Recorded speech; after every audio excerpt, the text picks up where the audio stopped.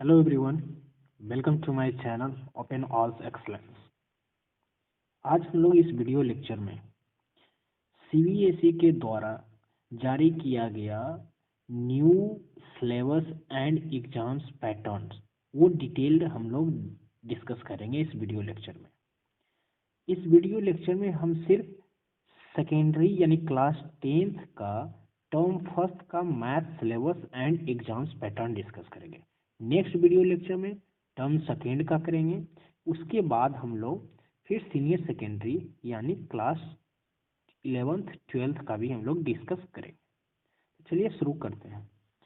तो सीबीएसई के द्वारा जो एग्जाम का पैटर्न रखा गया है इस बार का कुछ इस प्रकार है।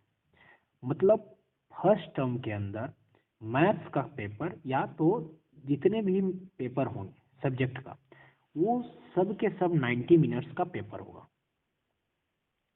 जिसके अंदर टोटल 50 क्वेश्चंस होंगे और ये सारे क्वेश्चंस ऑब्जेक्टिव टाइप होंगे। 50 क्वेश्चंस में स्टूडेंट्स को सिर्फ 40 क्वेश्चंस अटेम्प्ट करना होगा।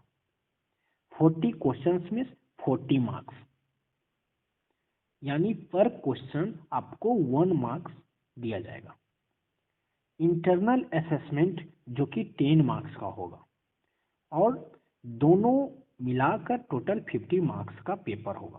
तो ये 10 मार्क्स जो इंटरनल असेसमेंट होगा वो आपके स्कूल के द्वारा दिया जाएगा। ठीक है, ये फर्स्ट टर्म का सिलेबस है। 90 मिनट्स का पेपर, टोटल 50 क्वेश्चंस, जिसमें से 40 क्वेश्चन स्टूडेंट को अटेम्प्ट करने होंगे। 40 क्वेश्चंस में 40 मार्क्स। ठीक है, तो जो मैथ्स का सिलेबस है वो कुछ इस तरीके से। नंबर सिस्टम पहला जो यूनिट है, नंबर सिस्टम, जिसके अंदर 6 मार्क्स के क्वेश्चंस होंगे, यानी टोटल नंबर ऑफ क्वेश्चंस 6 होंगे। सेकेंड अलजेब्रा, अलजेब्रा से टोटल 10 मार्क्स का क्वेश्चंस होगा। कोऑर्डिनेट ज्योमेट्री थर्ड में 6 कोऑर्डिनेट ज्योमेट्री यानी 6 मार्क्स का क्वेश्चंस होंगे। इसमें ज्योमेट्री भी आपका 6 मार्क्स का होगा। ट्रिग्नोमेट्री टोटल 5 मार्क्स का होगा। मेंसुरेशन टोटल 4 मार्क्स का होगा। स्टैटिस्टिक्स एंड प्रोबेबिलिटी को मिलाकर टोटल 3 मार्क्स का क्वेश्चन होगा। जब आप इसको कैलकुलेट करेंगे तो टोटल 40 मार्क्स का क्वेश्चंस बनेगा। तो ये आपका एग्जाम्स पैटर्न है फर्स्ट टर्म का। ठीक है, 90 मिनट्स का पेपर और ये टोटल इस तरीके से एग्जाम पैटर्न होगा। अब आइए कि देखते हैं कि नंबर सिस्टम के अंदर फर्स्ट टर्म में क्या क्या आने वाला है, यानी हम लोग क्या क्या पढ़ेंगे फर्स्ट टर्म के लिए नंबर सिस्टम में। तो नंबर सिस्टम में जो सबसे पहले मुझे पढ़ना होगा वो रियल नंबर। रियल नंबर में फंडामेंटल थ्योरी ऑफ अरिथमेटिक, फिर decimal representation of rational number, ये दोनों पढ़ना है। यानी प्रूफ ऑफ जो इरेशनलिटी है, यूक्लिड्स डिवीजन लीमा है, ये सब हम लोग फर्स्ट टर्म में नहीं पढ़ना है। फिर अलजेब्रा के अंदर जो फर्स्ट टर्म का सिलेबस है वो है पॉलिनोमियल्स।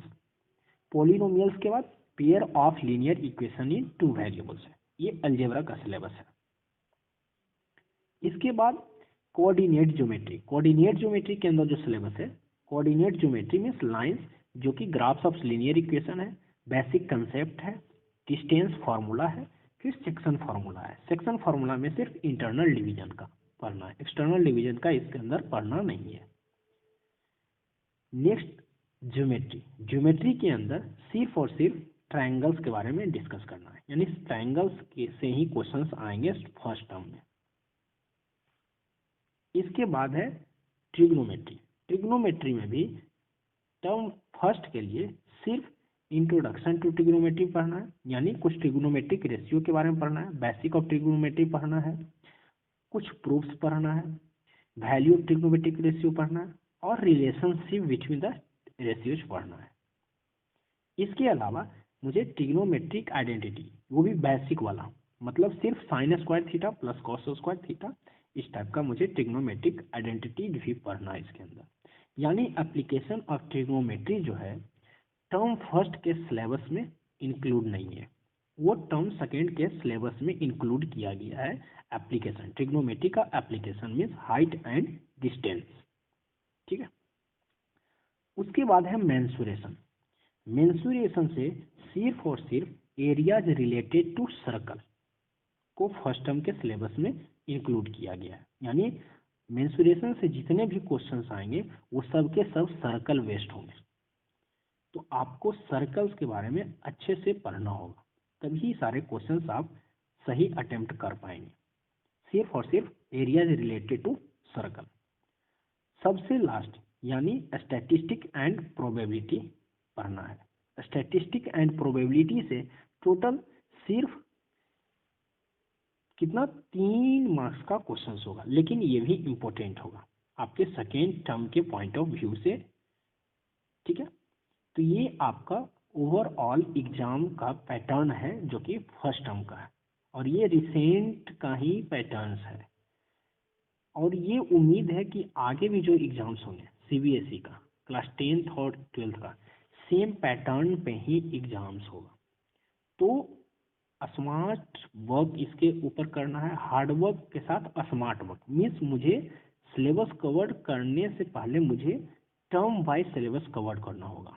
रैंडमली पढ़ने का फिर कोई मतलब नहीं होगा इसमें। अच्छे ज़्यादा से ज़्यादा अगर मार्क्स स्कोर करना है तो एक स्ट्रैटेजी के तहत ही पढ़ाई करने में हम लोग ज़्यादा मार्क्स हम लोग ले पाएंगे। तो फर्स्ट टर्म के अंदर जो भी सिलेबस है उसको सबसे पहले कवर करेंगे, उसके बाद हम लोग सेकेंड टर्म का जो सिलेबस होगा उसके ऊपर हम लोग कवर करेंगे। ठीक है, थैंक यू।